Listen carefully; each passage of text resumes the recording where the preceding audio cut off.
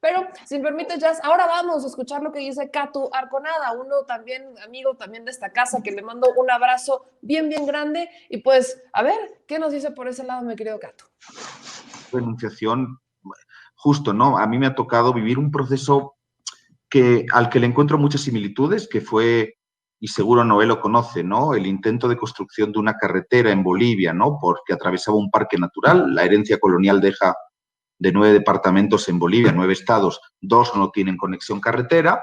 Se intenta construir una carretera para la que había que levantar la intangibilidad de un parque natural, para unir los 2 departamentos, sobre todo para favorecer a las clases populares, a los sectores que trabajaban el tema agropecuario, y bueno, inmediatamente se produce una reacción en contra de las clases medias urbanas, un sector de la progresía académica, la derecha rápidamente se vuelve ecologista, proindígena y otro montón de cosas, y todo eso se conforma un conflicto político que durante algunos años fue pues muy pesado en Bolivia y en el que todo el mundo hablaba en nombre de las comunidades, pero no se le daba voz a las comunidades, ¿no? Cuando el Estado entra en ese parque natural, en las comunidades, lo que se encuentra es que en realidad ya había todo tipo de actividades, desde narco, pistas de aterrizaje clandestinas, turismo ilegal de alta gama, ¿no? De estadounidenses que iban a pescar al Amazonas, en fin, muchos intereses para que el Estado no llegara a estos territorios, y cuando se le pregunta a las comunidades, lo que las comunidades dicen es que por supuesto que quieren carretera y la presencia del Estado, ¿no? En forma de carretera y lo que llegaba a través de ella, salud, educación, antenas de celular, etcétera, etcétera, ¿no?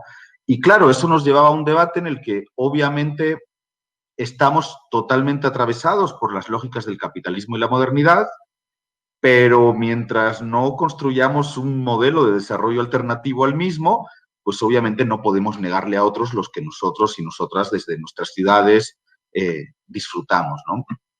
Entonces, me tocó participar en otra consulta que fue en Quimsacocha, en Ecuador, fui como observador. En este caso era una cosa diferente porque era por unas fuentes de agua contra la minería. Entonces, bueno, ahí de alguna manera las comunidades tenían una posición clara en contra. Y bueno, y ahora he estado trabajando ahí en la zona, estamos rodando un documental sobre bienestar, desarrollo, las comunidades de Calakmul y un poquito el Tren Maya cruzando todo esto, ¿no? Entonces, desde ahí un poquito que me acerqué al tema y ahora que he estado ahí sobre el terreno, pues es como que también he ido como matizando mis percepciones o enriqueciéndolas desde luego. Seguro no conozco como Karina, que ha estado participando ahí de las consultas y de todo ese trabajo, tampoco como Noé, que vive ahí. Sí me quedé también en So Laguna, es precioso, la verdad, también he estado un par de veces por ahí. Pero bueno, yo quería comenzar con un poco de polémica, impugnando casi la afirmación principal, la tesis principal de Noé en su presentación, ¿no? Él planteaba esta idea de que el Tren Maya plantea una especie de incorporación del sureste al sistema mundo y una incorporación del modo de vida de las familias campesinas a la economía de mercado. Yo creo que en realidad la integración ya está dada. La integración con el modelo neoliberal está totalmente dada, porque justamente para que México sea el país que es con esos niveles de desigualdad, tiene que haber zonas del territorio ampliamente abandonadas por el Estado y en la más absoluta de las pobrezas. Y eso es lo que me he encontrado un poquito, sobre todo en Calakmul. Y yo creo que, bueno, ahí tanto Karina como Noé lo conocen perfectamente. En Calakmul ya se da, ¿no? Mano de obra barata, un nivel de migración ilegal terrible. Me he llegado a encontrar un guía comunitario con el que me acompañó a la zona arqueológica de Calakmul en noviembre. Luis, que él me contaba de 25 personas de su generación, de 25 jóvenes, 23 emigraron, ¿no? Tuvieron que emigrar, la mayoría como espaldas mojadas a Estados Unidos, algunos a Cancún.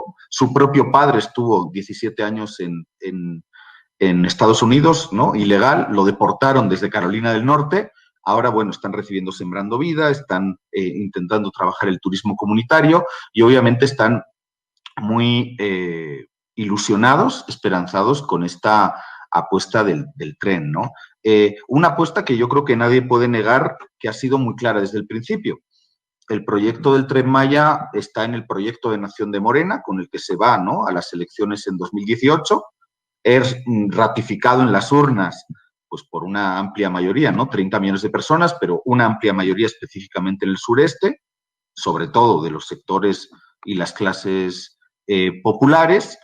Es ratificado de nuevo en esta consulta que hubo sobre los 10 principales proyectos, ¿no?, de Andrés Manuel López Obrador, y finalmente se hizo una consulta que, independientemente, y puedo concordar de que siempre es mejorable, yo creo que primero es muy difícil porque el convenio 169 al que tanto se alude no establece un protocolo específico, sino en cada lugar tiene también unas características propias, pero sobre todo porque además se planteó como una especie de proceso permanente y por eso, como decía Karina, pues hace 2-3 semanas ha habido un proceso en el que el Estado ha vuelto a ir para dar seguimiento a los acuerdos, ¿no? A mí me contaban ahí algunos datos súper importantes. Tan grande es el problema del agua, ¿no?, como Noé y Karina conocen mejor que yo, pero tan grande que es, y resulta que hasta este proceso y hasta 2018 ningún director de Conagua había aparecido por la zona y por Calakmul, ¿no? Y desde que empezó este proceso de consulta, ¿no?, y este proceso del Tren Maya y el acercamiento del Estado a los sectores históricamente excluidos, por el mismo, creo que, bueno, no sé, ahí Karina de repente tiene el dato, pero creo que ya había ido 3-4 veces la directora de Conagua a Calakmul a escuchar las demandas de las comunidades, de los ejidos, y a intentar y a tratar de resolverlas, ¿no?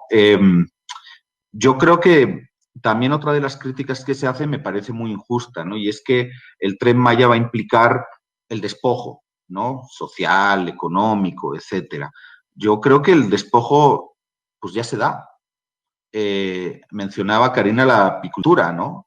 Allá llegan a Calakmul los coyotes y les compran en los ejidos la miel, no sé los precios ahora, pero se la compran a 10 y la venden a 100 en Mérida. Entonces, el despojo en realidad social y económico ya se está dando, ¿no? Ejidos que viven además en unas condiciones materiales terribles, ¿no? Prácticamente literal en el siglo XIX. Entonces, ahí Noé planteaba como que esta idea hubiera venido o fuera una continuación, ¿no?, del proyecto neoliberal. Y claro, yo digo, dentro de esta concepción de posneoliberalismo, pero justo yo digo, pues no tiene nada de neoliberal querer generar empleo en una zona con unos niveles de desempleo altísimos.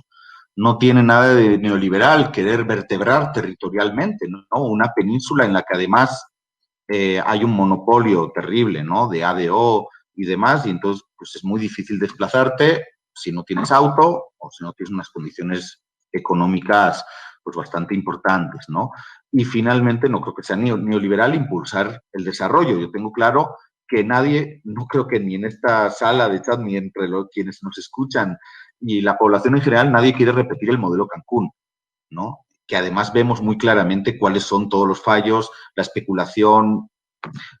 Ya va a haber una generación entera, ¿no?, que va a empezar a jubilarse, la primera generación que empezó a trabajar en Cancún y que no tiene ningún tipo de prestación social, de pensión y de nada. Entonces, realmente el modelo de despojo y de especulación inmobiliaria que ha implicado Cancún, yo creo que nadie quiere repetirlo.